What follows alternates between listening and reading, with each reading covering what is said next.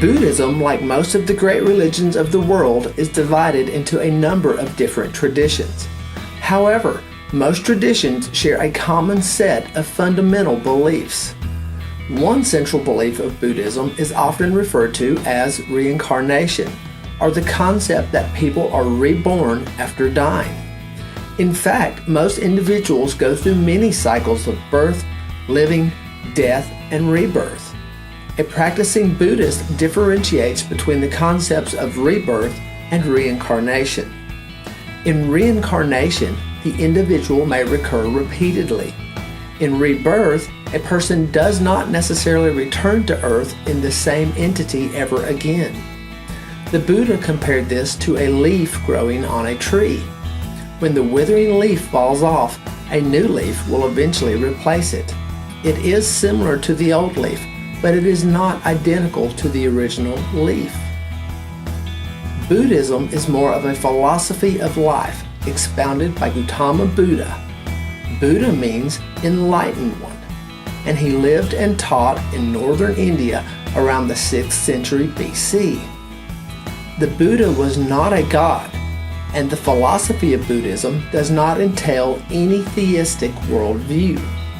The teachings of the Buddha are aimed solely at liberating sentient beings from suffering. In Buddhism, the law of karma says that for every event that occurs, there will follow another event whose existence was caused by the first, and this second event will be pleasant or unpleasant according to its cause. Therefore, the life of the karma teaches that responsibility for unskillful actions is borne by the person who commits them. The Buddha went near the holy city of Benares and shared his new understanding of life and reincarnation with 5 men. They too came to understand his teachings and became his disciples. This marked the beginning of the Buddhist community.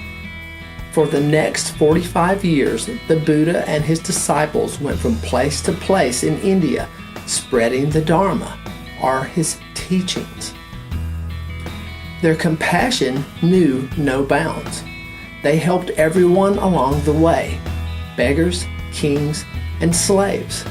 At night, they would sleep where they were, and when hungry, they would ask for small donations of a little food. Wherever the Buddha went, he won the hearts of the people because he dealt with their true feelings. He advised them not to accept his words as blind faith, but to decide for themselves whether his teachings were right or wrong, and then follow them. He encouraged everyone to have compassion for each other and develop their own virtue.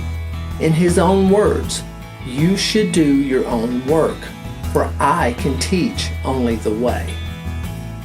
The Buddha, for all practical purposes, encouraged unity within our lives and amongst our communities.